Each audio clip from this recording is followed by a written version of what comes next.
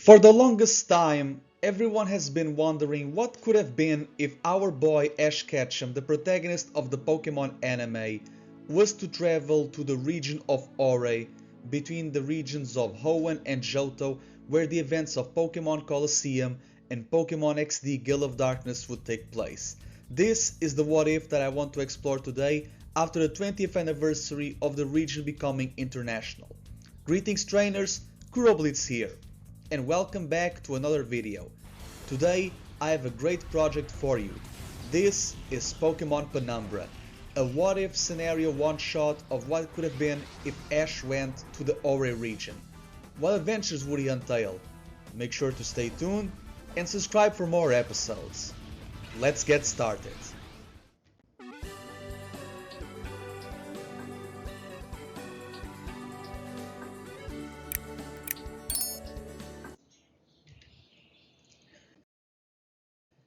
Ash and his mother arrive to the Pokemon HQ lab in the Orre region nearby the outskirts of Agate Village. This is where they find the family that is comprised of Lily, Wes, Juvie and Professor Crane, as long as their pet Pokemon Eevee. They are being followed by Team Rocket, however there is more nefarious trainers that they have to lead with. They do meet Ardos and Eldis, two twins who are very competitive, and they want the research of Professor Crane in terms of Shadow Pokemon, as well as the incoming purification chamber from a crisis of years ago. However, Professor doesn't want to entrust them with that, so they unleash their Shadow Pokemon in order to make harm's way. Those being of Machamp and Alakazam, both Brawn and Brain combined.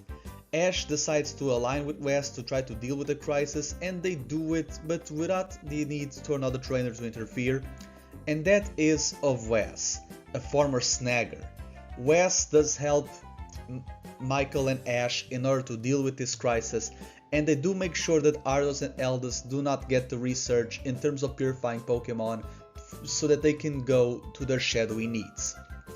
We also meet a trainer by the name of Rui, who can see the shadowy aura of these dark Pokemon, and it's able to locate it during Wes's time. However, thanks to Ash's aura, they might need to train him in order to see it, since the locator and the aura reader may malfunction from time to time. However, they do decide to part ways, and with this, Ash and Michael decide to continue their training in order to protect everyone from the Orre region of Shadow Pokemon. With this, Ash and Michael decide to go to the labs of Professor Kaminko as well as his assistant Chobin, and after they arrive there they want to get all of the information needed not only about Shadow Pokemon as well as how to enhance the purification chamber of Professor Crane.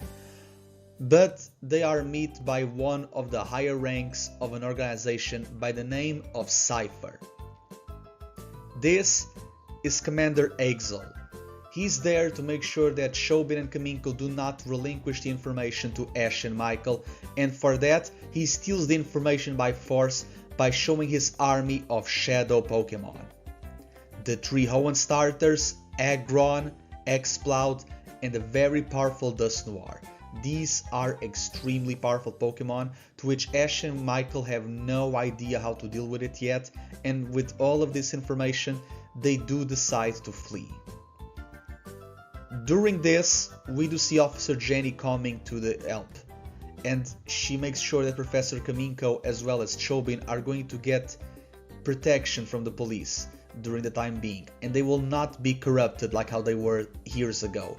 This new force is here to stay, and with that, Ash and Michael continue on their journey in order to basically become stronger in order to protect the people from this crisis that it's incoming to the region sooner rather than later. Team Rocket is following both boys, and they do realize this, however they have no time to deal with the situation as of yet. They do go to the village of Agate, where they do meet the aura reader Rui, as well as the Grandmaster and the elder of the village, her grandfather Egan, a very powerful Pokemon sage. They do train Ash's Pikachu and Michael's Eevee with their own powerful Pokemon, those being of Sylveon and Raichu.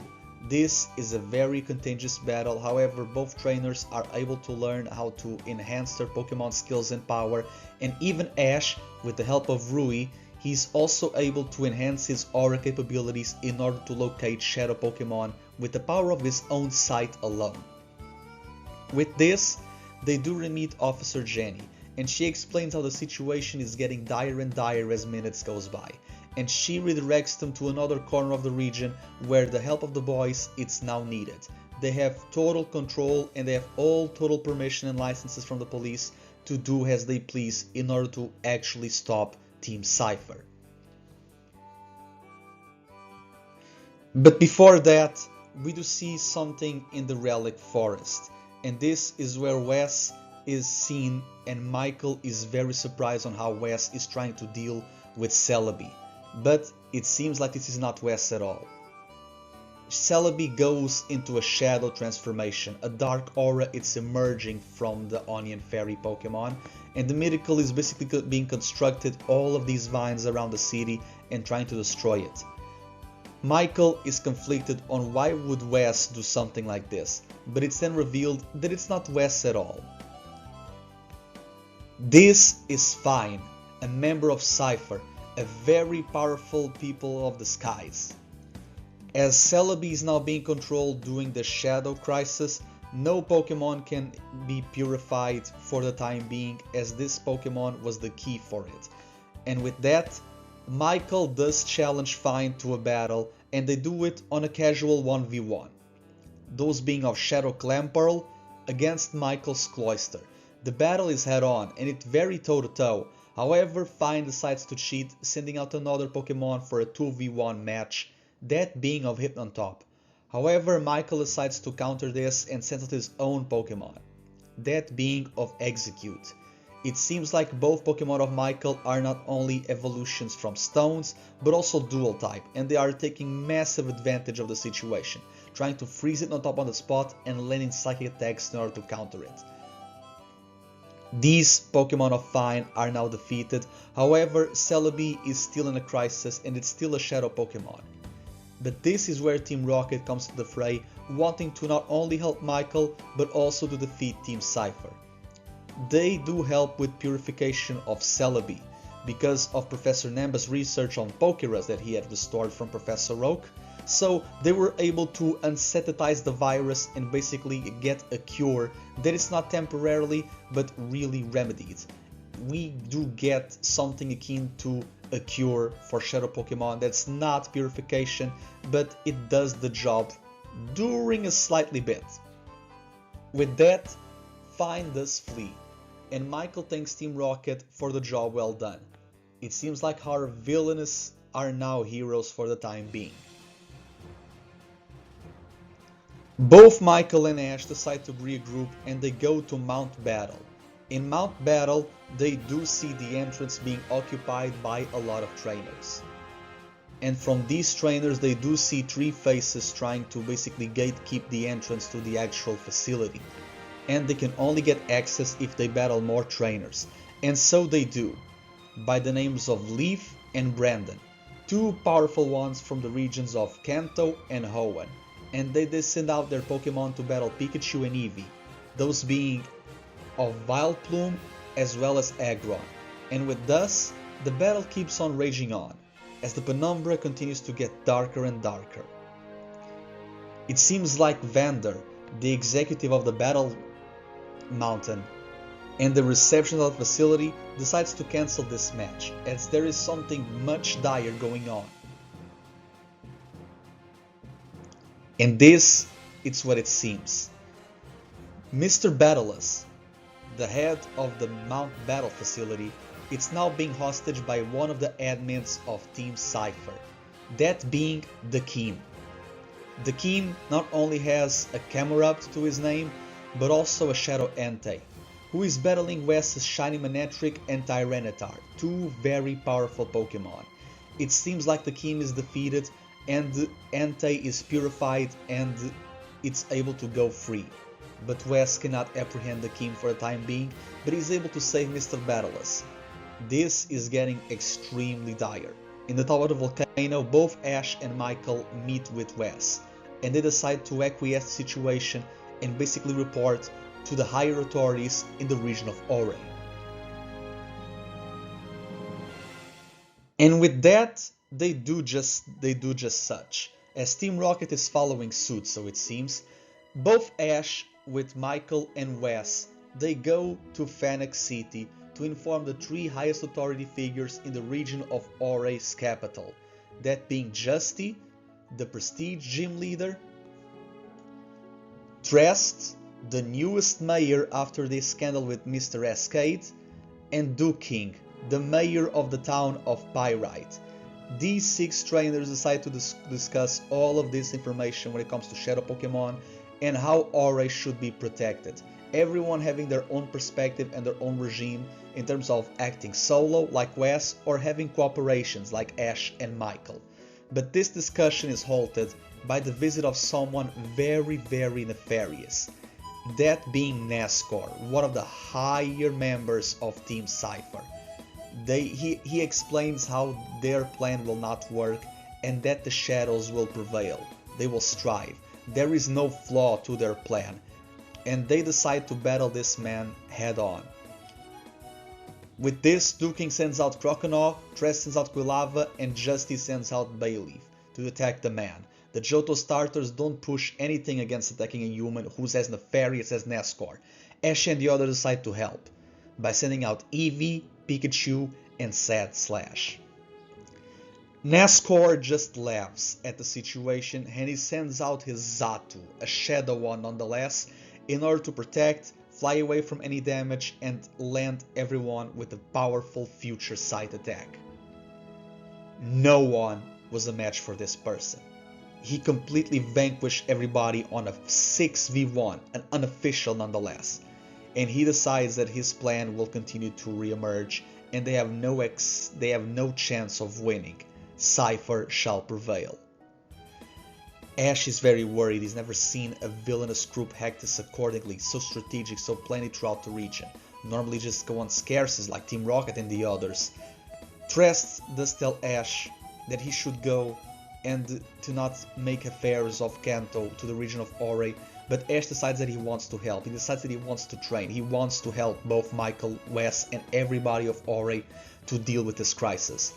To which Duking does tell him that maybe the best case scenario would go to train in the Pyrite Colosseum of his hometown, and so they do.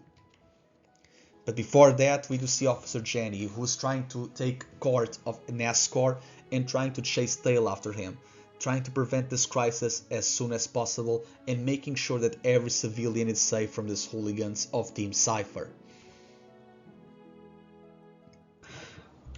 As the trio arrives to Pyrite Town, it seems like they are greeted by another admin of Team Cypher, that being Mistress Venus, with her Shadow Suicune and her powerful Shiny Milotic.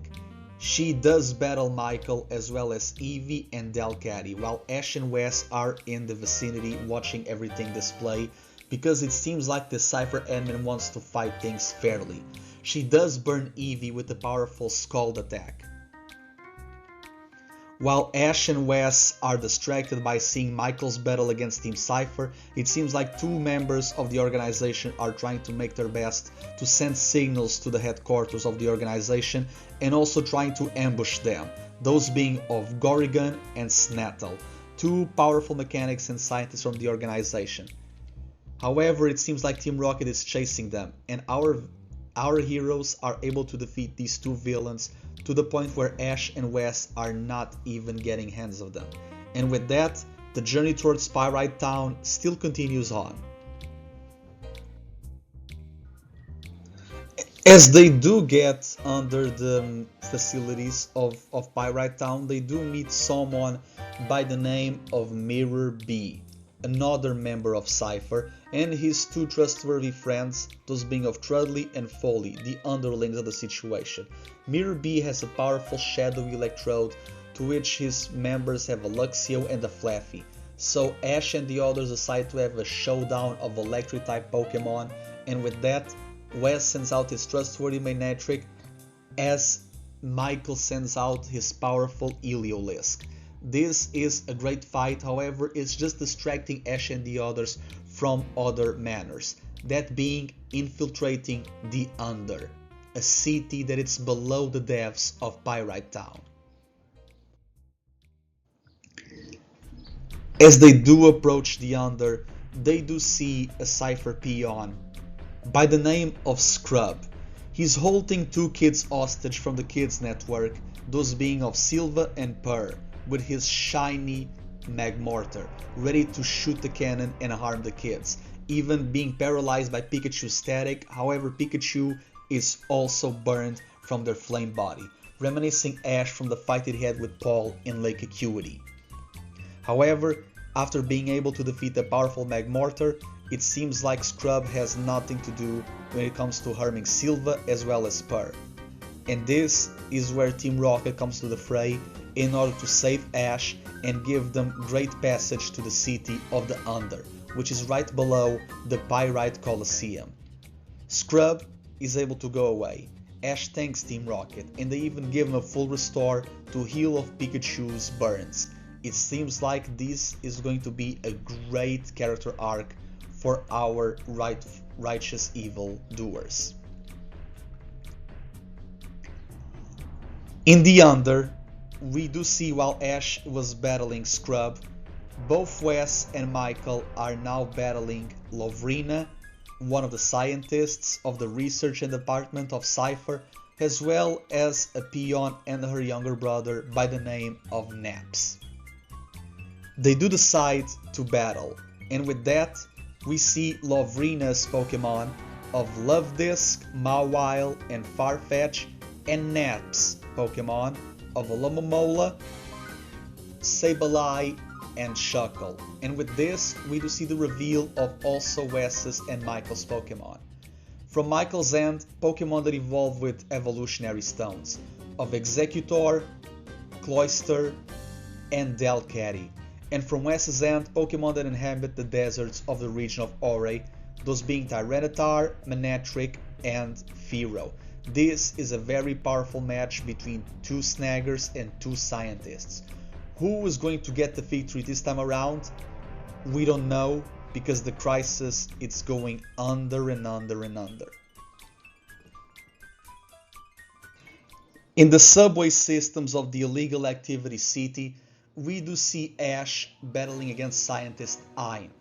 His Lycanroc and Snorlax are giving a good amount of battles to the rain team of Altaria, a shiny one nonetheless, as well as Gyarados, two very powerful flying Pokemon who eventually go down, and this is the time where Ein decides to unleash his secret weapon, that being of Shadow Raikou. This is a very powerful legendary beast that is able to defeat two of the most heavy hitters on Ash's team in a single blow. With this, Ash decides to go with his trusty buddy, that is Pikachu, for an electric match like no one ever was. Pikachu is able to go with quick attacks and Iron Tails throughout all of the beast's attacks. However, it's able to retaliate not only with powerful extreme speeds, but also aura spheres, and Ash is not able to dodge all of these projectiles by sensing Pikachu's own power, one of them landing on the electric mouse, and it seems like the parasite was able to take effect, as Pikachu now becomes a Shadow Pokemon. Nefarious, powerful, not listening to Ash in the slightest. It does crumble the spirits of our young hero for a bit. You cannot even recall the Pokemon to go to the ball, you can't even purify it, you just have a wild, savage, raging beast with you. You just need to wait and pray that everything is solved for the time being. Pikachu is so powerful that it even destroys Raikou, it defeats them right there and there. Ein is even shocked, this Pikachu must be truly something else. He should be Cypher's, not Ash's. But with that, Officer Jenny goes to the Under, and she goes to the subway system, and she's able to not only apprehend Hein, but also the other scientists who were gatekeeping Mount Battle, those being of Lovrina as well as Venus. And as they go, you do see Ein escape. However, the two new assistants of him are going to tell Jenny exactly where they are, and Ash needs to tame Pikachu for now, but he's going to have all of the help of the police as best as he can. As we do continue, we do see the Under Colosseum, and it seems like another member of Cypher by the name of Kale. It's arresting and apprehending the Deep King by the name of Agnol, basically a facility member boss. And Wes and Michael are not having any of that whatsoever. We do see Kane sending out his two powerful ground type Pokemon of Shadow variants, that being of Claydol and Steelix. During this battle, we do see Wes sending out Tyranitar, while Michael sends out his shiny Probopass, the evolution from not only electromagnetic fields, but also, it seems nowadays, Thunderstones. Both Pokemon go down, however they want to continue and they want to defeat Kale in order to protect Mr. Agnol. Wes sends out Maractus, while Michael sends out Eevee, and after being pummeled to the ground, literally, Eevee is able to awaken new power and evolve into a Flareon. It seems like all of the atmospheric pressure of the Under and all of the volcanic streams from Mount Battle are raging here, so the energy equivalent of a Firestone is now making full effect.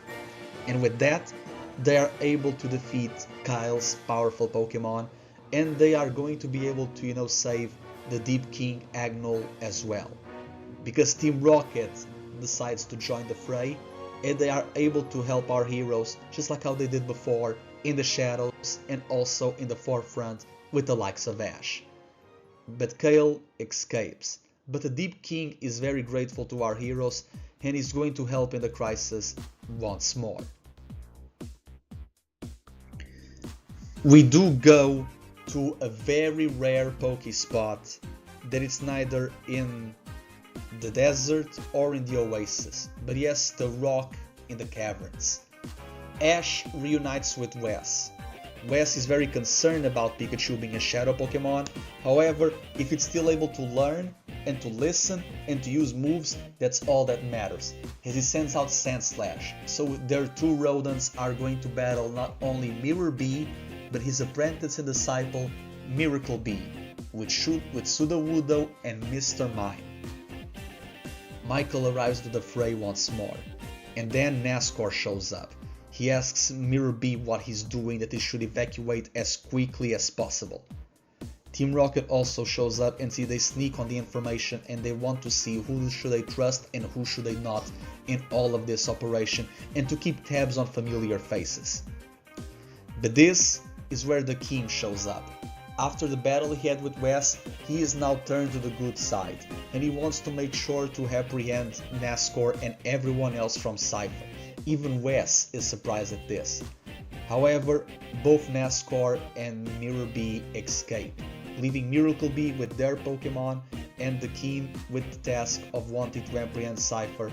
However, they decide to both go to the police and to make matters for the more cautious level as of now.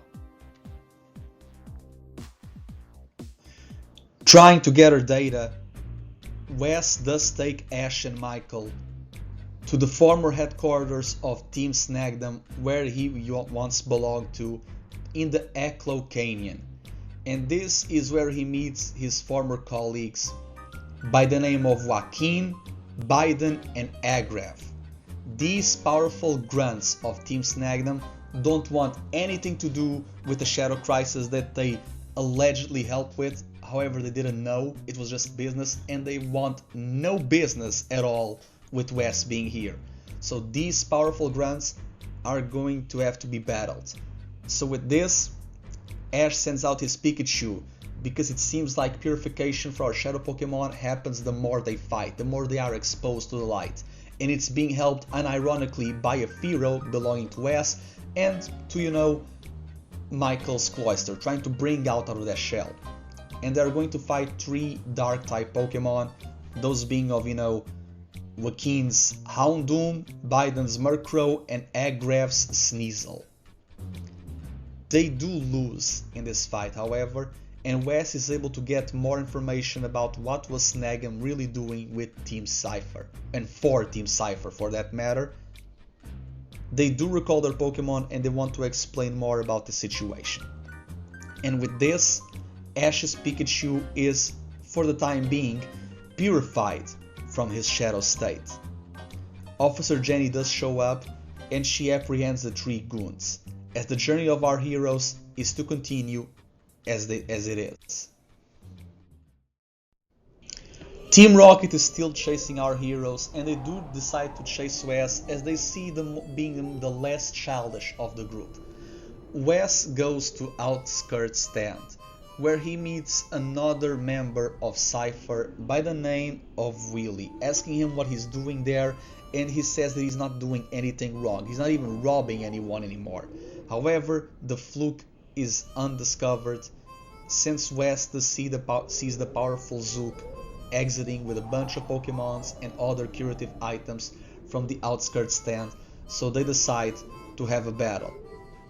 Wes is battling Willy while Zook is getting away, and with this we have another double battle by the likes of Fearow and Volcarona against Espeon and Umbreon.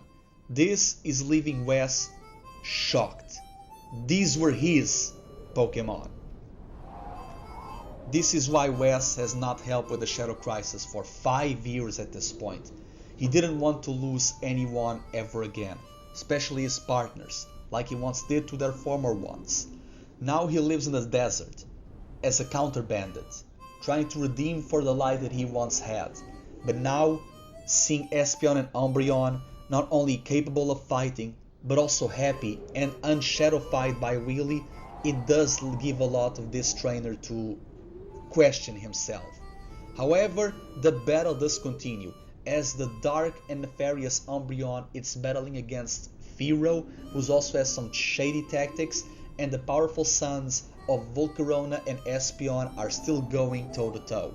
However, Zook is able to flee, but Team Rocket chases tail after him, wanting to know where Cypher resides. As our heroes decided to split up and everyone basically covers a point in the desert of Orre, we do see Michael getting with Mirror B yet again, as he battled both Ash and Wes in the rock Pokespot in the caverns of the Oasis. However, he never battled Michael, and Michael wants to test his muscle. And we do see Mirror B sending out both Kingdra and Ludicolo, two Pokemon who are doing Rain Dance as well as Dragon Dance. These powerful Pokemon are no joke for Michael, and they are using their water attributes to the environment by making it rain in the desert and making this sandland their own home. But Michael is having none of that, as the electric moves of Probopass and the fire moves of Flareon are able to basically do some shocking storm damage, and this is able to, defeat Mirror B. We do see Team Rocket joining, and they decide to help both Mirror B and Michael to purify their shadow Pokemon and also to make sure that Cypher is defeated once and for all. They do see potential in Mirror B. They do see his personality akin to theirs, not truly villainous, but having a righteous mind when it comes to executing evil, and so they offer him a chance of redemption. As the journey is now continuing, Ash reunites with Michael and they go to the former laboratory where Team Cypher makes shadow Pokemon, and they are now going to fight against the two scientists who are head of the plan, those being of Snattle and his Hypno, and Gorrigan his Primeape, with Ash and Michael sending out Pikachu and Delcatty. However, Nescor joins in the fray, and he decides to intervene by his own means, and he wants to tell Ash that maybe Pikachu deserves the same treatment yet again that Ain gave him. Pikachu is yet again a shadow Pokemon. This leaves Ash extremely conflicted, leaving the battle in the hands of Michael, to which they gladly win. However, this is very much worse. Ash is not able to deal with this anymore, seeing Pikachu become a shadow Pokemon for a second time, and this time it's not only something about disobedience, it's about self-hurt, because the Shadow formula was amplified. This is not just a Shadow Pokemon anymore, this is something that they call the reverse mode, something that does hyper damage. Pikachu's aura is not purple, it's now red, like blood. The violet hues are now scarlet shades. This continues. Ash and Michael do get their directions and they do decide to go to Railgun Tower. This is where Cypher is hiding, in the most prestigious Colosseum in all of the region of Orre. And with this, they use their partners of Pikachu and Flareon in order to battle Commander Ixol and his Shadow Seviper, as well as Gunzook and his Shadow Zangoose. This is a very powerful fight. Pikachu is actually able to land some moves, but Ash is not having it anymore. He doesn't want to harm his friend. This is where Team Rocket comes into the fray, and they decide to help Ash by letting him go and to defeat the bigger, better guys, as they are going to give support to Michael. Ash is reinvigorated by their spirits, and so he goes. We do see Jesse and James battling their harm's way to Commander Ixol as well as Gunzook, and they are even able to give Michael a helping hand, while the other heroes are having their own battles to deal with it for the time being. That being of Wes finally confronting Gonzab, the former leader of Team Snag'em and basically his father figure, in the entry halls of Railgun Tower. And this is where they finally decide to have the match that it's going to give entrance to the actual Colosseum of the Tower indeed. The battle is going to begin. It first starts with a 1v1 as Maractus is battling the shiny Pinsir that Gonzab has. But the battle, sadly, it continues to evolve, as we do see Sandslash against Crawdaunt. It becomes then a double battle, and with that it becomes a triple battle, with Volcarona and Breloom getting all of their all, and then it becomes a rotation battle, a 2v2 doubles, a real VGC match, as it continues to Skarmory and Fearow. These battles are all intensive and all to basically understand one another, and this is where we do realize that Gonzab has saw the error of his ways, and he's going to let Wes pass, and he's asking him to save Orre, to save himself.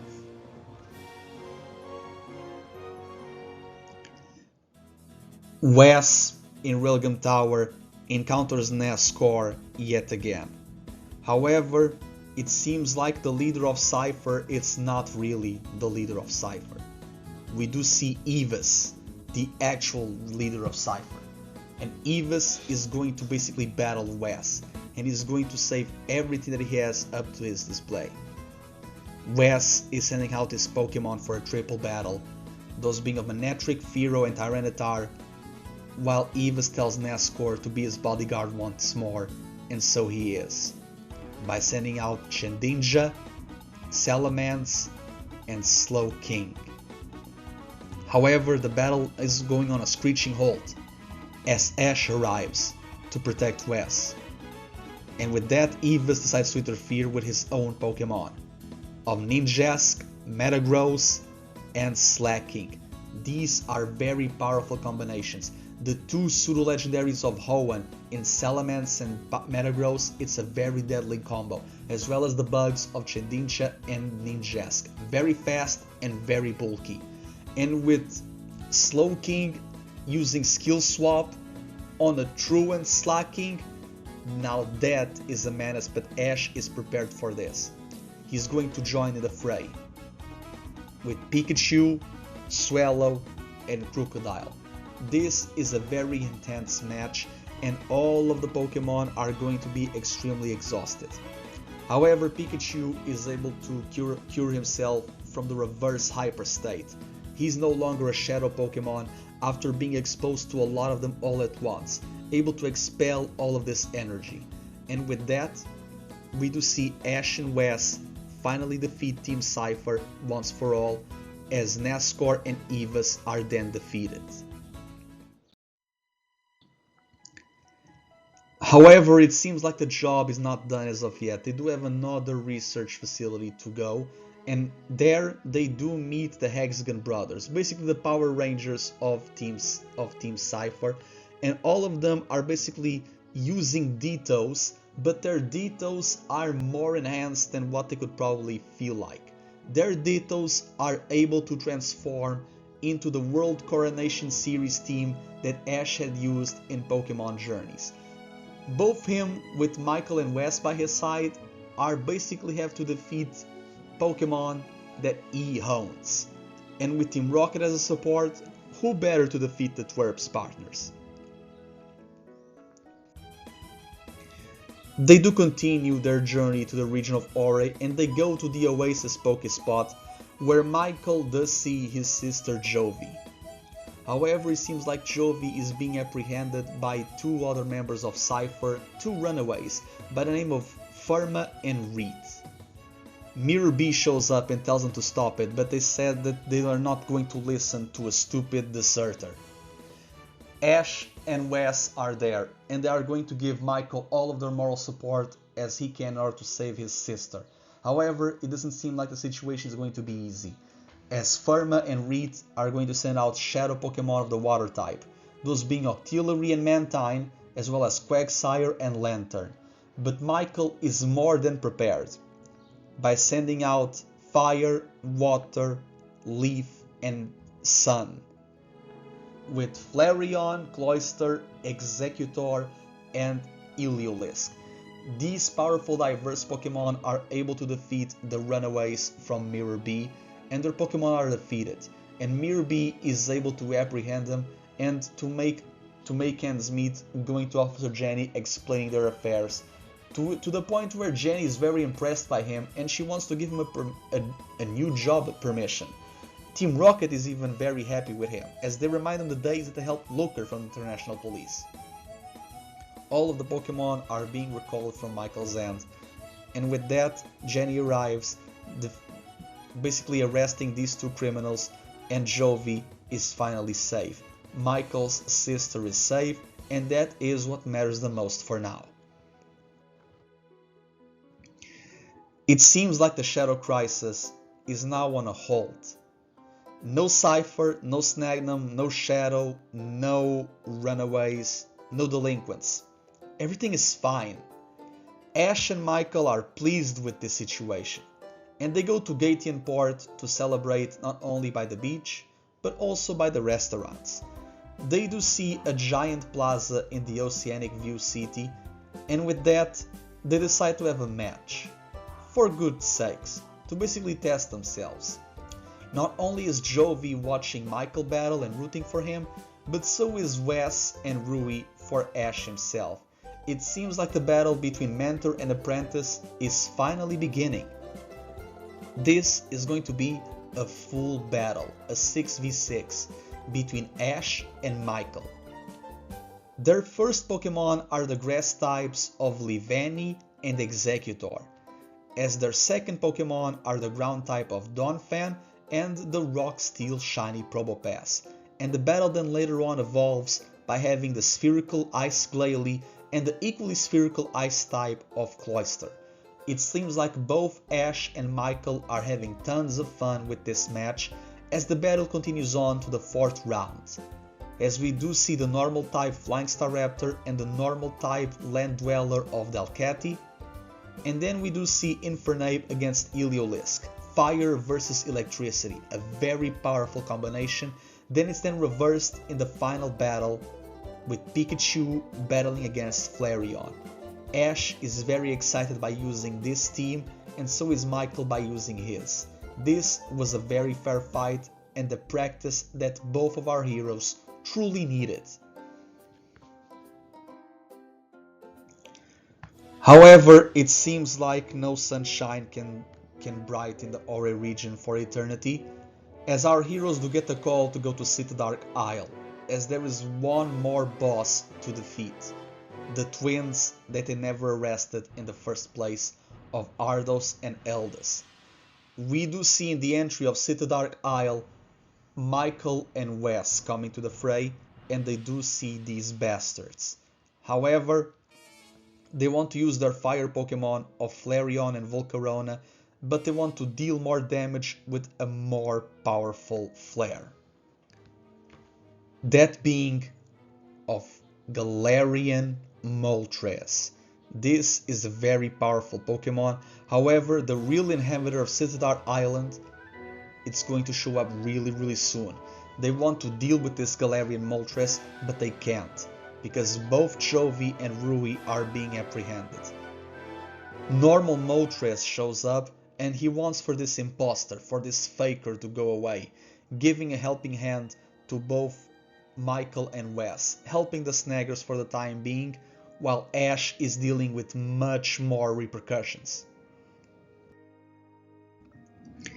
Ash is in the base of Cypher, battling the true leader of the organization, a small man by the name of Greevil. Greevil wants to show Ash the powerful and all the might of Shadow Pokemon. He tells him that maybe his powerful aura is what was able to cure everyone he met and made Pikachu in a more controllable state. But he will not do that anymore, as he sends out his powerful Shadow Lugia. And Ash doesn't know what to do anymore. However, hope is not lost. As a fire-flying Pokemon helped Wes and Michael, another one would to him too, coming to his aid. The first one he saw on the first day of his journey. Ho-Ho, glimmering in golden light, it's going to battle by Ash's side and to save Lugia and save their brethren from the shadowy race once and for all. We do see Greevil sending out two other Pokemon, that being of Galarian Zapdos and Galarian Articuno, Brawn and Brain, combined as one. However, Team Rocket comes to Ash's save, and they are able to defeat these two Pokemon with their own, and also with Wobbuffet and Meowth. They are able to do a legendary feat.